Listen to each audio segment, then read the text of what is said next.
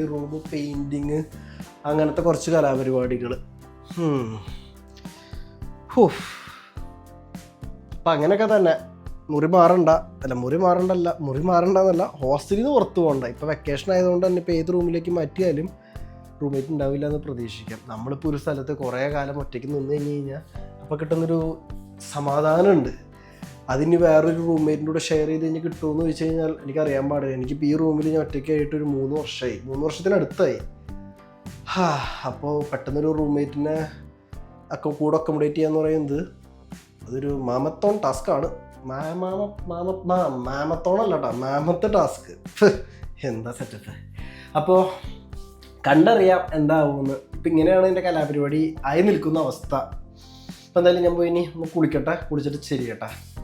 മുറി ആദ്യമായിട്ടാണ് ഞാൻ ഇത്രയും വൃത്തിക്കിടണേ. കാര്യമായിട്ട് ഇത്രയും വൃത്തിക്ക് ഞാൻ ഇതേവരെ ഇട്ടുള്ളത്. ഇതൊക്കെ അടച്ച് വെച്ച് കുട്ടപ്പനാക്കി പുത്താൻ മുറി നോക്ക്. കട്ടിലൊക്കെ തിരിച്ചിട്ട് തുടച്ച് കുട്ടപ്പന. ഈ ഫ്ലോർ ഇതിലും കൊണ്ട് വൃത്തിയാവില്ല കേട്ടോ. ഇത് കിച്ചണൊക്കെ ഇരിക്കണ നോക്കിയേ, പുതുപുത്തൻ. അപ്പോൾ ശരി, ഞാൻ എന്തായാലും പോട്ടെ.